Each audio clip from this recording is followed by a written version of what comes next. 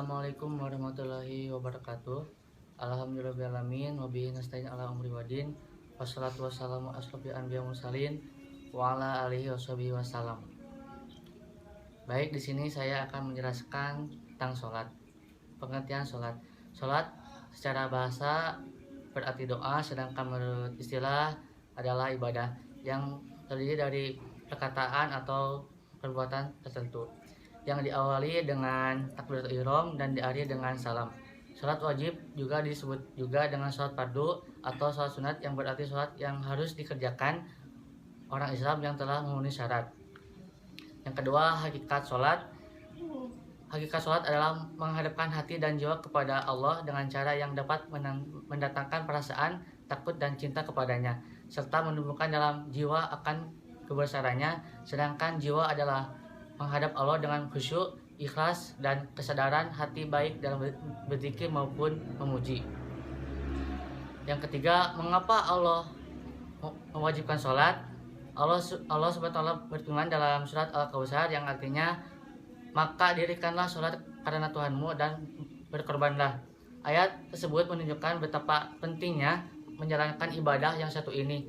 Bahkan Allah mengancam manusia yang lalai dalam mengerjakan sholat dengan ancaman yang keras dalam surat Al-Ma'un ayat 4-5 yang artinya, maka kecelakaanlah bagi orang-orang yang sholat, yaitu orang-orang yang lalai dengan sholatnya.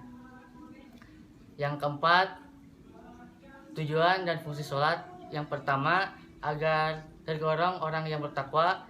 Yang kedua, untuk mencegah timbulnya perbuatan keji dan mungkar. Yang ketiga, agar bisa meraih keberuntungan yang besar, yakni surga. Yang keempat, agar terhindar dari neraka dengan segala kepedihannya. Yang kelima, agar terhindar dari predikat kafir. Yang keenam, agar segala amal kebaikannya diterima oleh Allah SWT. Yang ketujuh, untuk memperoleh 5 karunia besar. Yang kedelapan, dengan sholat kita bisa berkomunikasi langsung dengan Allah. Yang ke-9, agar bisa menjadi orang disiplin. Yang ke-10, di dalam sholat berjamaah terkandung falsafah kepemimpinan yang tinggi. Yang kelima, akhlak dalam sholat. Yang pertama, gerakan berdiri. Yang kedua, gerakan takbir. Yang ketiga, gerakan bersedekap atau meletakkan tangan di dada. Yang keempat, gerakan ruku. Yang kelima, gerakan itidal. Yang keenam, gerakan sujud.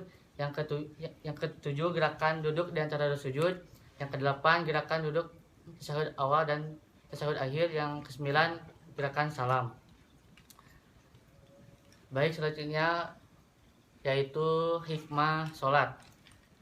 Sebagian hikmah disyariatkan sholat bahwa sholat itu dapat membersihkan jiwa, dapat menyucikannya, dan menjadikan seorang hamba layak bermunajat kepada Allah SWT di dunia dan berada dekatnya di surga. Bahkan sholat juga dapat mencegah pelakunya dari perbuatan keji dan mungkar. Allah SWT berfirman dalam surat Al-Ankabut yang artinya, dan dirikanlah sholat, sesungguhnya sholat itu mencegah dari perbuatan keji dan mungkar. Yang selanjutnya yaitu makna spiritual sholat. Ibadah sholat merupakan ajang bagi seorang pecinta untuk secara langsung berkeluh kesah dan menyampaikannya kerinduannya kepada zat yang dicintainya. Setiap pencinta yang hendak menunaikan sholat akan mempersiapkan betul keadaan dirinya dengan berhias sebagai mungkin. Sebabnya pada saat itu dirinya akan berjumpa dengan kekasihnya, yaitu Allah. Ibadah sholat juga merupakan sarana komunikasi antara manusia dengan Allah. Bahkan boleh dibilang sebagai sarana terbaik, karena itulah dalam berbagai riwayat disebutkan bahwa sholat merupakan tonggak agama. Yang selanjutnya yaitu ancaman bagi orang yang meninggalkan sholat. Meninggalkan sholat adalah perkara yang teramat bahaya. Di dalam berbagai dalil disebutkan berbagai ancaman yang sudah sepatutnya membuat seseorang khawatir jika sampai lalai memperhatikan rukun Islam yang mulia ini. Terima kasih atas perhatiannya. Mohon maaf banyak kesalahan. Wassalamualaikum warahmatullahi wabarakatuh.